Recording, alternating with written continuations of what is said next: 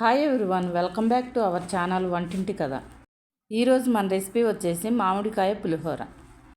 మామిడికాయ పులిహోర తయారు చేసుకోవడానికి ముందుగా రైస్ ఉడికించుకొని పక్కన పెట్టుకోవాలి. తాలింపు కోసం కళాయిలో 4-5 స్పూన్లు ఆయిల్ వేసుకోవాలి. ఆయిల్ హీట్ అయిన తర్వాత తాలింపు దినుసులు, వేరుశనగ గుళ్ళు, ఎండుమిరపకాయలు వేసుకొని కొంచెంసేపు ఫ్రై చేసుకోవాలి.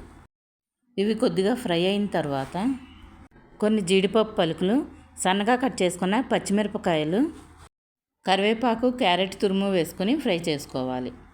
ఇది సమ్మర్లో తురుము పెట్టుకున్న పచ్చి మామిడికాయ తురుము అండి.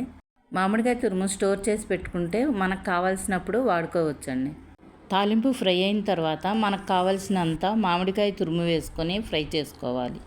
రుచికి సరిపడా సాల్ట్, పసుపు వేసుకొని 2 నిమిషాలు ఫ్రై చేసుకొని స్టవ్ ఆఫ్ చేసుకోవాలండి.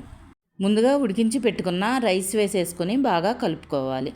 అంతేనండి, సూపర్ టేస్టీగా ఉండే మామిడికాయ పులిహోర రెడీ.